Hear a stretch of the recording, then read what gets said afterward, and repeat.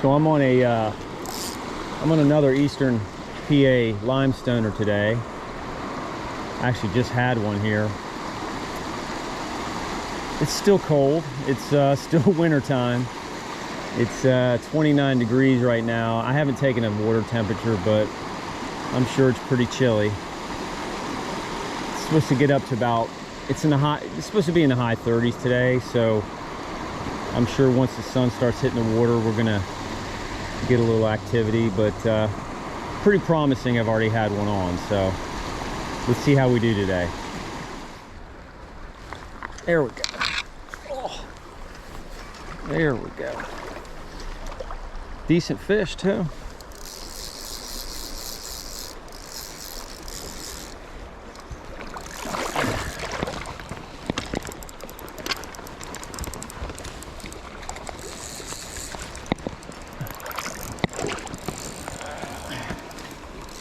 Limbs up above me. That's a nice little brownie right there.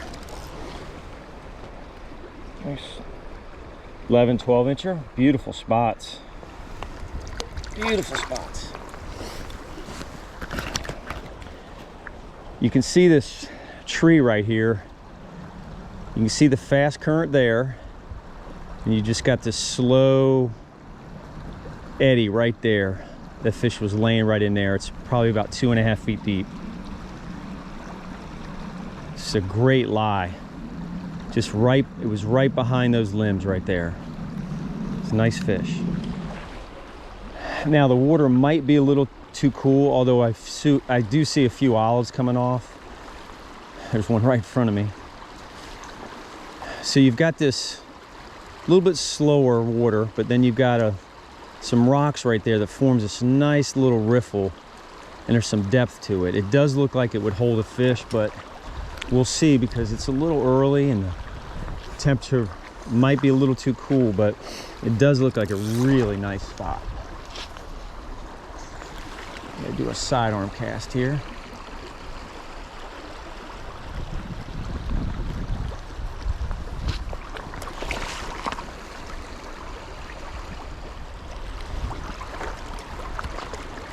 I bet you later on in the day there'll be a fish laying here. There we go. There we go. Man, he was right under that log. Right under that log.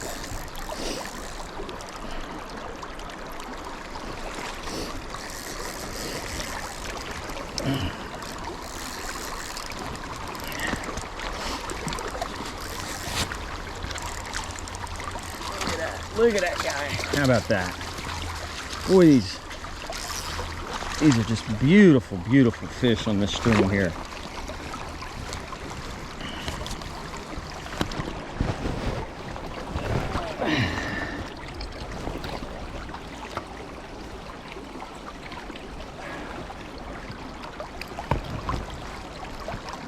Look at that fish. Just beautiful spots.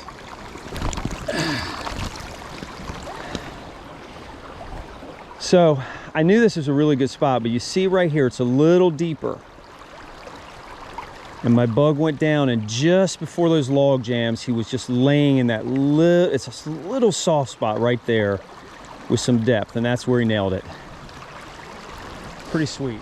I tell you, it just goes to show you, it looked like good looking water. It's not your typical winter holding water, but when you start seeing some bugs pop off, you know, that's a sign that don't skip over those riffs, because you know, it's worth a cast or two to go up in there, especially when the sun's hitting the water in the winter time, and it's going to warm up that shallower water. And if you see some bug activity, you definitely got to check it out.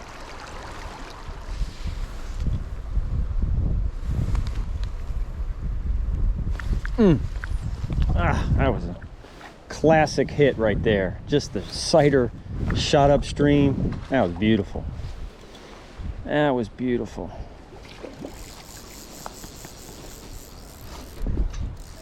Just beautiful.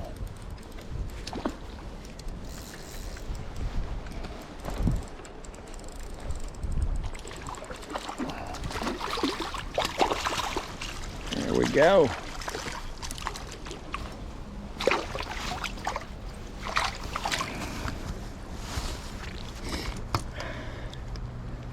Quality fish again.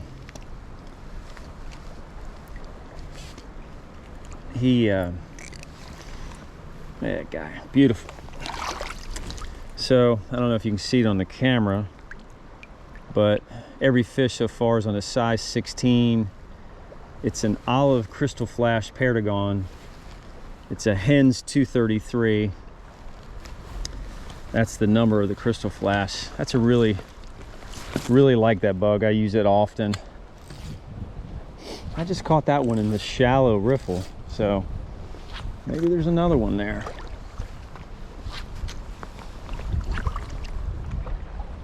As soon as I shut the camera off, I make a cast and then I hook a fish. And this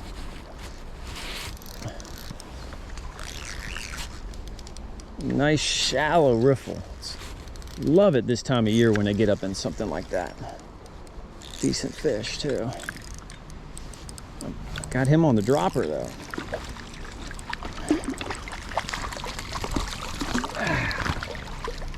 It's usually when they move up in the shallow water, they definitely got their feed bag on, so I'm not surprised at all that he hit the dropper. That's a good looking fish too. Look at that. It's a good sign. It's still early. I hadn't been fishing, God, I don't know, 45 minutes, and I believe that's my 6th fish. So has the makings of a really great day. They might be up the head there because of some sun hitting the water. This little area right here looks good too.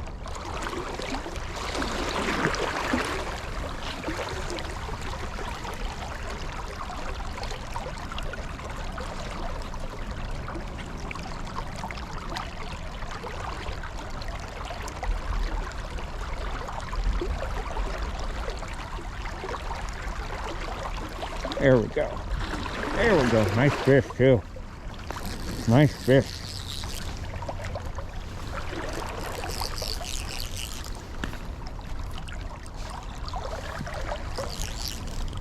Yeah, real nice. Look at that. Oh, beautiful. Beautiful. Look at that. Oh, beauty. Absolute beauty.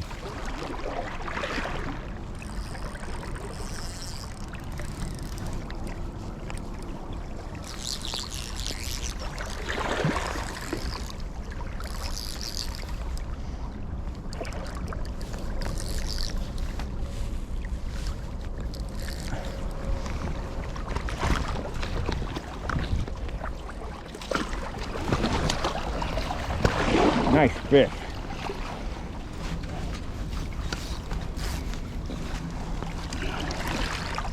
Real nice fish.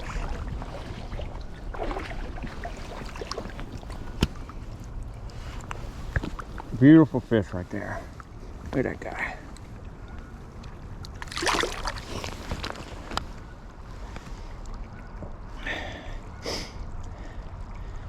Came right out where I thought he'd be.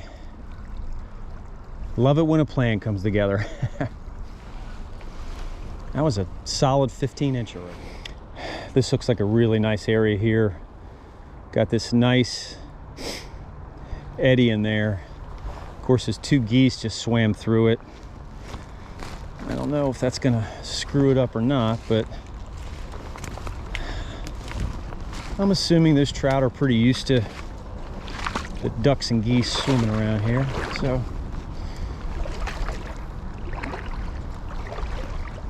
looks really nice up along that bank. I love those bank eddies. A lot of people bypass it. I mean, you could have a bank eddy that's maybe 12 inches wide, and sometimes they're tough to fish. There goes a couple more ducks through the hole. Sometimes they're tough to fish, but don't overlook them, man. Especially brown trout. They love to get right up next to the bank and hold, especially when those banks drop straight down. And you don't need a lot of water.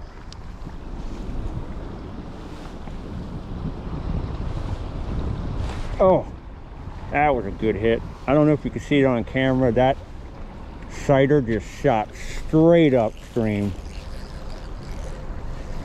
Just in that nice eddy.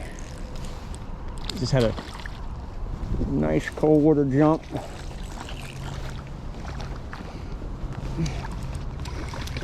Boy, I'm having a hell of a day already. I just started.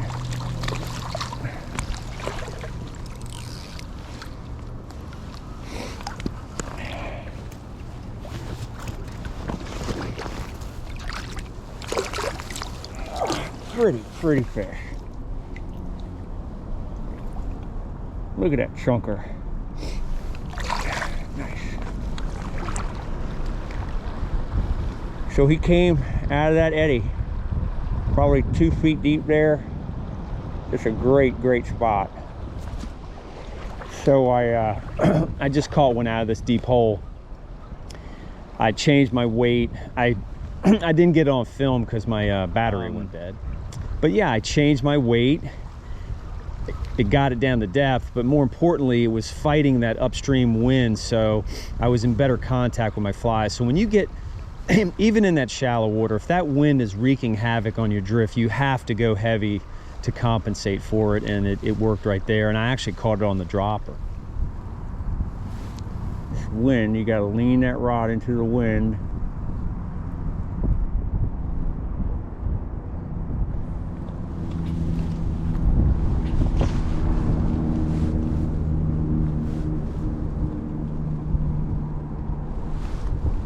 That's rough, that wind. Oh, that's killer.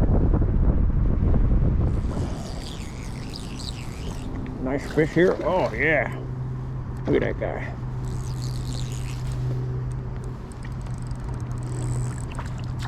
Beautiful, beautiful.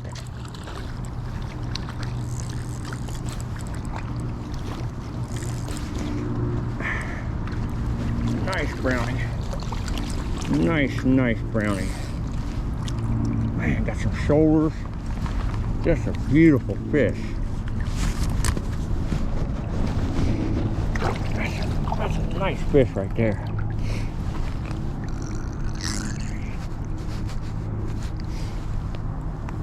Nice. Might go 15, 14 at least. Beautiful fish. So I'll tell you what I did here.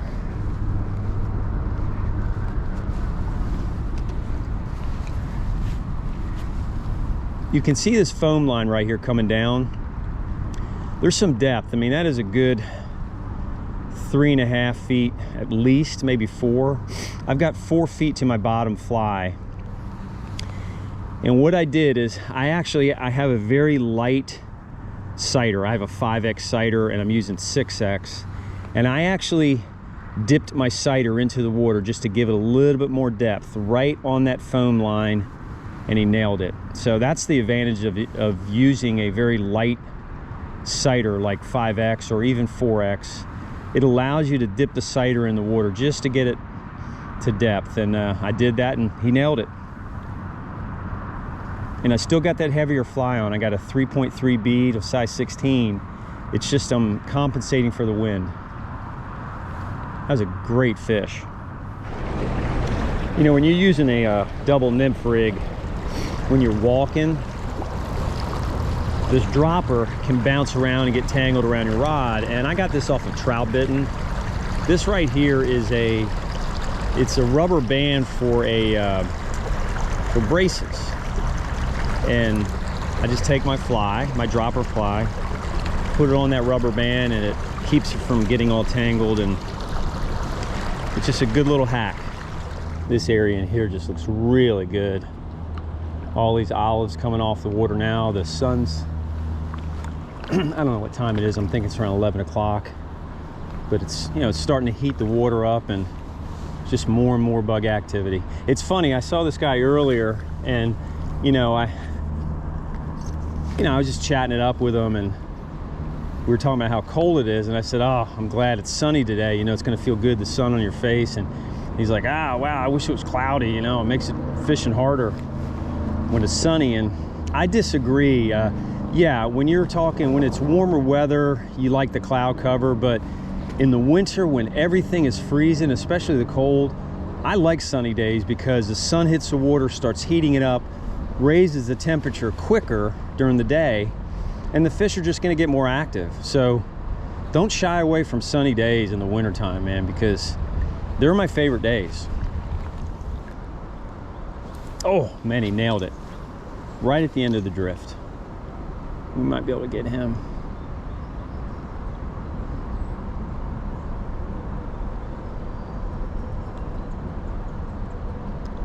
I didn't stick him, so I know he's there.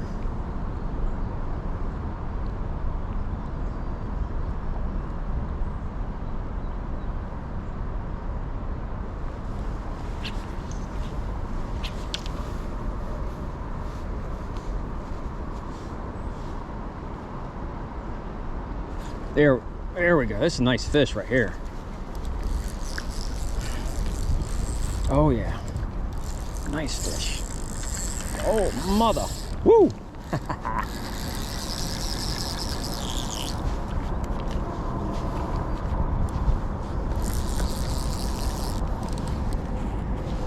Real nice fish. Yeah, nice freaking fish, man.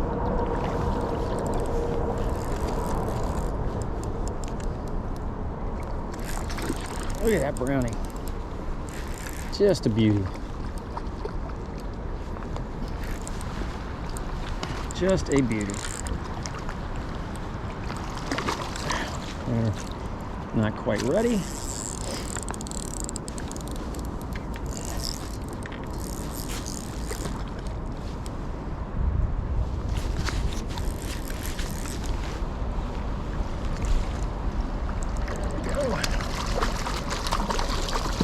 Look at that beauty. Man, just a gorgeous fish. Just a gorgeous fish.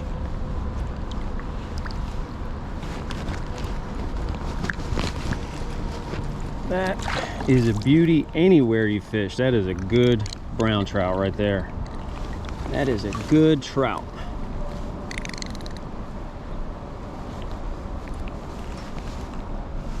What's 16? Oh yeah, nice fish. Just a beauty. Love that sun on winter days. I'm not sure if you can see this on film, but when I tie my dropper tag back in, the best thing to do is when you tie the knot, when you double that line over, wet the tippet, and as you can see, it doesn't split up. It stays together, and it is so much easier to manage. If you don't wet it, sometimes it wants to split apart, but when you wet it, it's just so much easier, and it acts like one piece of line. So when you tie the knot, it's just so much easier. And once again, I don't know if you can see it in the sunlight, but just very, very easy to do.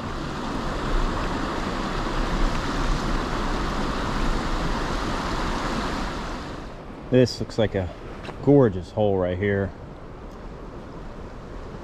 I put a heavier bead on because there's a little bit of current and wind I'm dealing with here.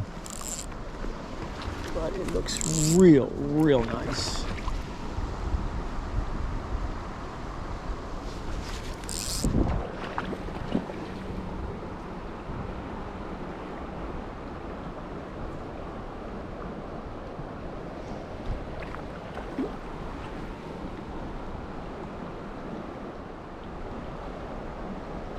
I gotta fish this really well. There has got to be a fish in here.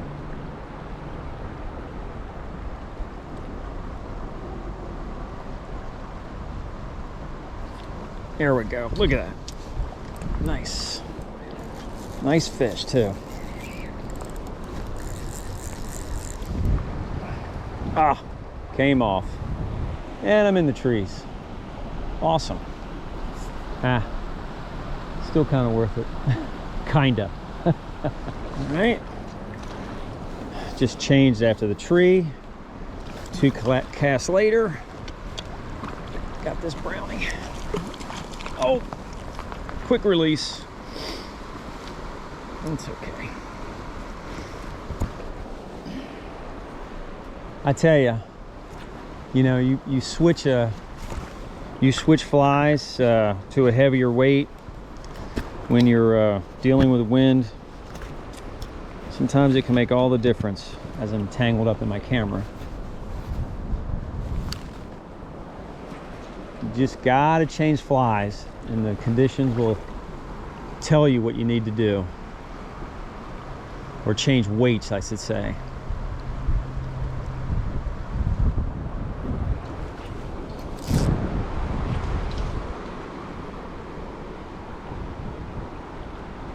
You gotta really lean that sighter or lean that rod into the wind. Just, I got stuck and changed my rig. First cast, got him on a blowtorch. It's been a good little hole here, I'll tell you that much. I shouldn't say hole, run. Just a beautiful run.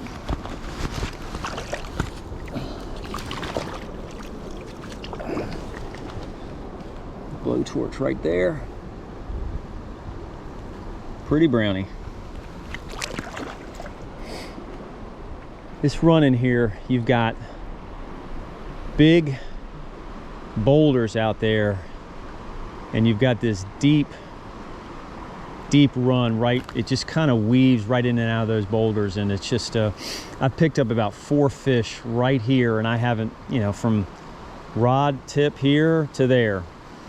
Matter of fact, I hooked one here earlier, and then I worked my way up, and I just re-rigged, and I put a new fly on. I put a blowtorch on, and I said, you know what, I'm gonna fish that area over, and sure enough, first cast. So sometimes just you give them something different to look at, they'll whack it.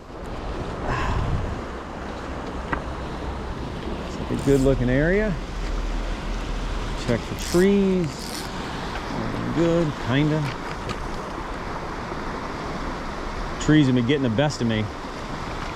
That last hole.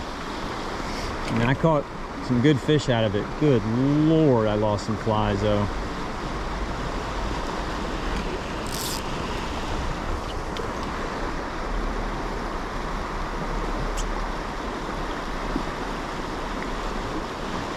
There we go. There we go. I tell you, there was a guy fishing this hole for a half an hour before I got here, and it just shows you, if you're just not getting good drifts, you're just not going to get any fish.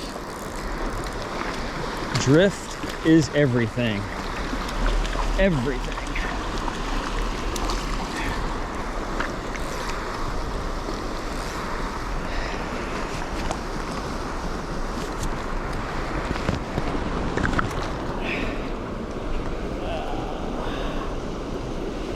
Got him on the Olive Krystal flash again. Good looking brownie. Got him right there, kind of at that tail out. There's a little rock right there, and he was right in front of it. This is a nice looking area right here. This chute right here looks good, but there's a really nice side bank eddy there. Let me hit this first. These trees are making it a real bitch to cast, though, I tell you. That's a good drift.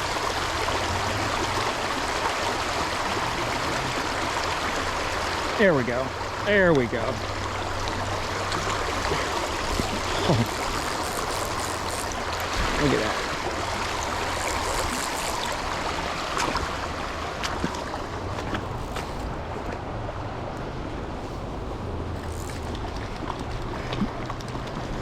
Boy, that perdigon has done its job today.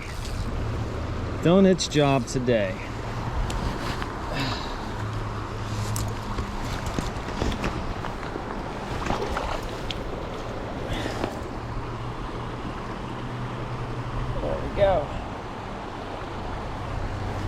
Thank you, Mr. Brown.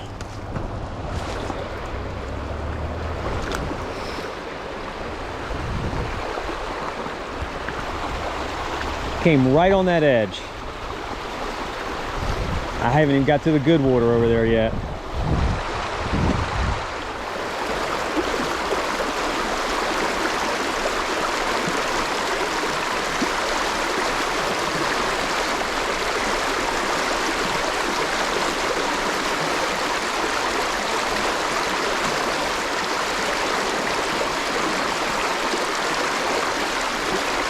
There we go. Oh my God. What a nice fish that was. Whoa. That was an 18-incher right there. Right in that side bank over there. Boy, what a nice fish that was.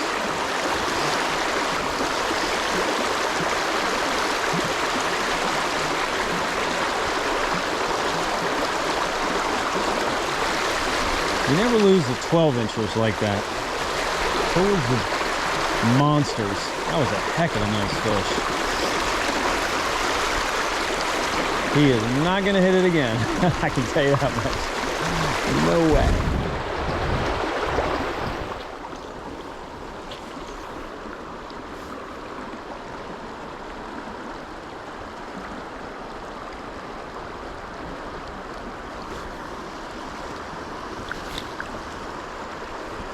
I'm going to do a weight change here. A nice deep hole I got to get down.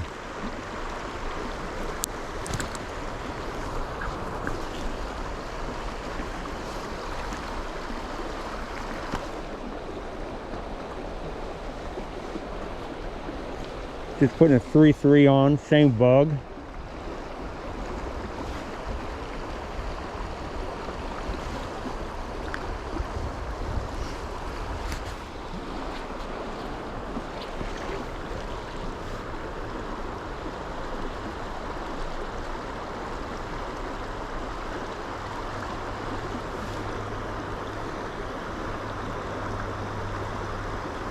There we go. All about the weight change.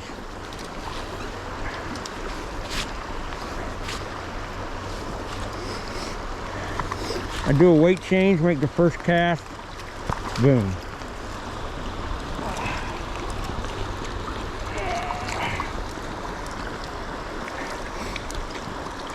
Perfect.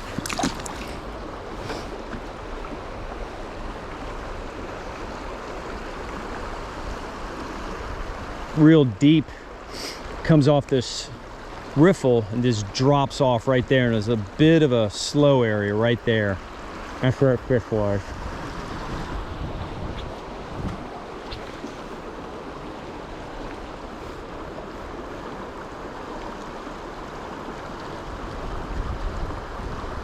Oh man, nailed it. That's awesome.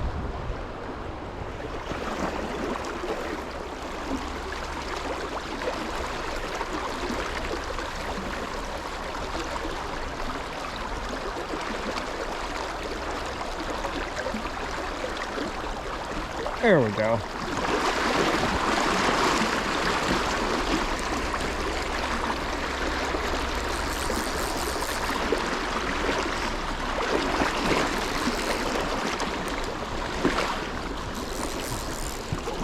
There's a French fly.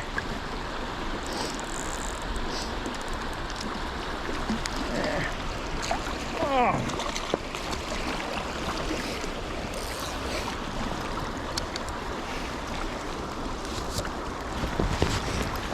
What a day. What a day. Just beautiful, beautiful fish.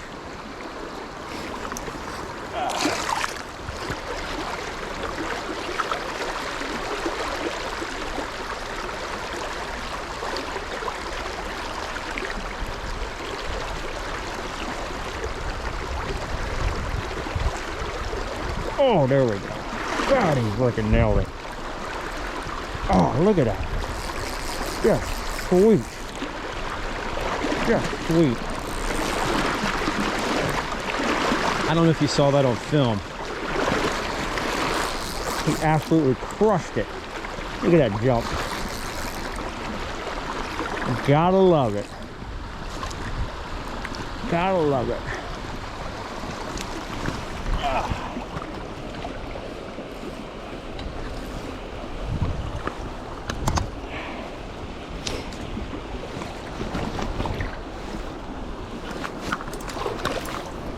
Yeah. Beautiful fish today. Oh, look at that one. Look at the spots on that one.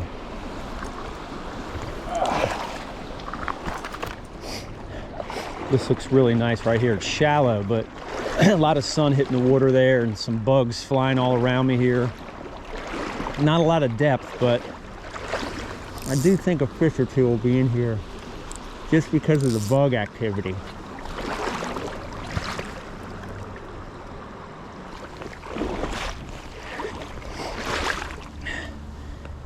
See that little hole right there? Some depth. It's not an easy cast, but I think one's gonna be in there.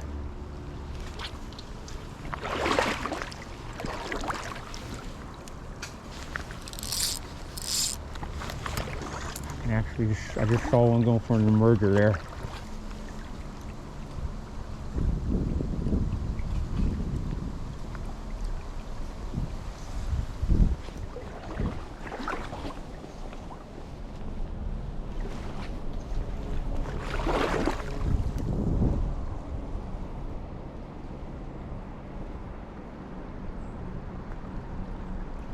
There we go.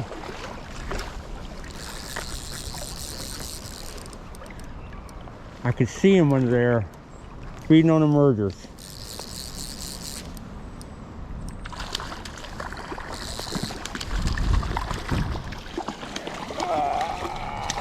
He hit the French fly.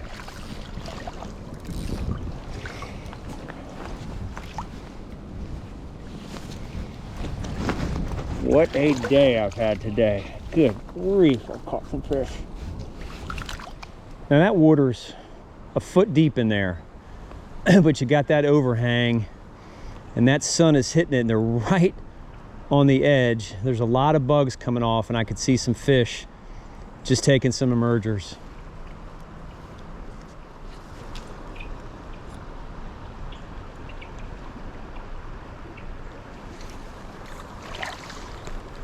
There's a rock right over there. There's a little depth on the other side of that and in front of that rock too. It looks really good. But I'm gonna work that water before it.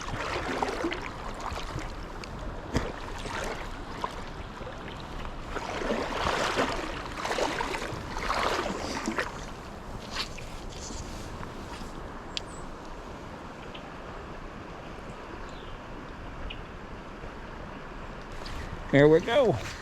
There we go.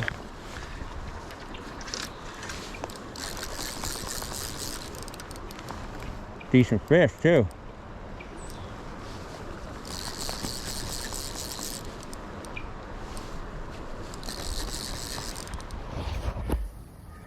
So I'm going to be calling it quits today. What a day. What an awesome day of fishing I had. I tell you, the name of the game today was just being adaptive. The fly really of choice was a size 16 Olive Krystal flash perdigon. I'll actually put it in the description. It's a Hends 233 crystal flash with a copper bead. But you know, I caught a dozen or so on a size 18 France fly. There goes some geese.